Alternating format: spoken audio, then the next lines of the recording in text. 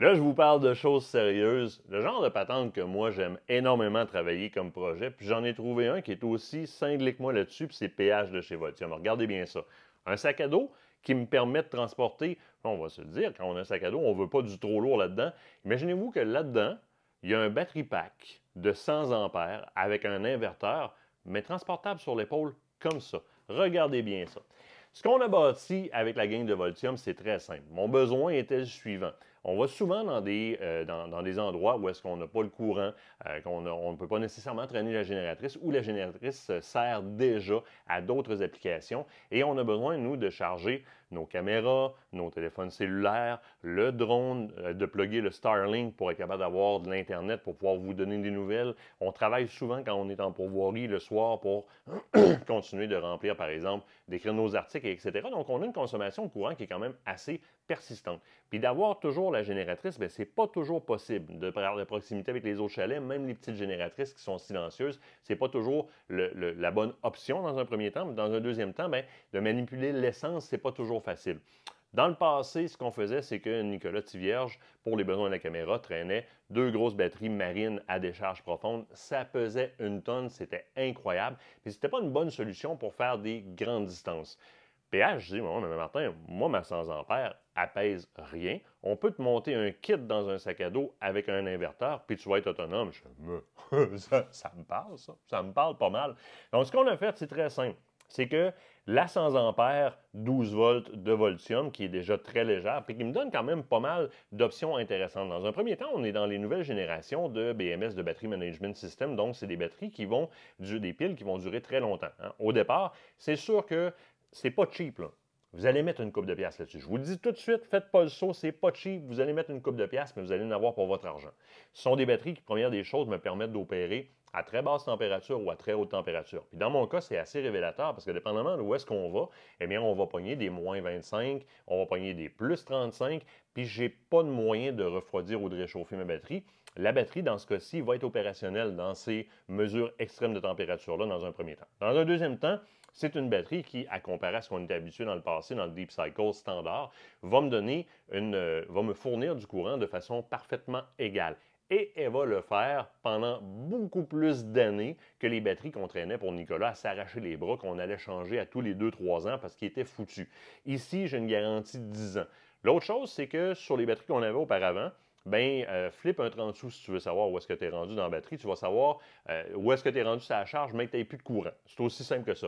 Dans ce cas-ci, très rapidement, sur le dessus de la batterie, je peux interroger le système et lui demander où est-ce que j'en suis rendu. Il va me dire le nombre de volts qu'il fournit présentement. Il va me donner aussi, comme présentement, on dit, 13,3 volts. Je vais voir, on me dit que je suis à 56 % au niveau de ma batterie. Donc, j'ai toute l'information très rapidement sur le dessus de la batterie.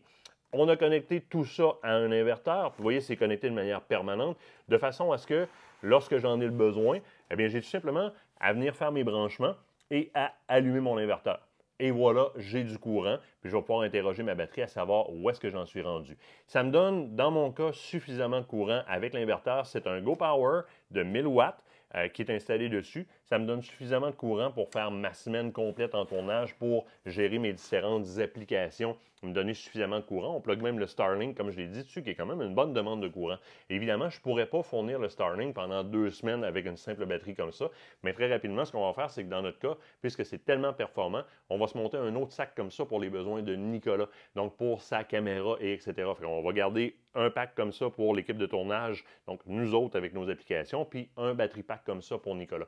Donc, si vous partez 2 individus, avec quand même pas mal de stock à charger, vous allez en avoir amplement suffisamment d'un battery pack comme ça, donc d'une 100 ampères avec un inverteur de 1000 watts. Si vous partez 5-6 gars à chasse à l'orignal, 5-6-8 gars à chasse à l'orignal, puis que tout ce que vous avez à recharger, c'est vos téléphones cellulaires, vos GPS, puis etc., vous allez fournir 8 gars sans aucun problème dans les recharges d'applications standard avec ça. C'est un investissement qui en vaut la peine. J'ai plus de gaz à manipuler, j'ai plus rien à manipuler. Puis au camp, ce que je fais, c'est que il m'a manché ça juste ici. Là. Généralement, sur le dessus des sacs, c'est la paille qu'on a. Là.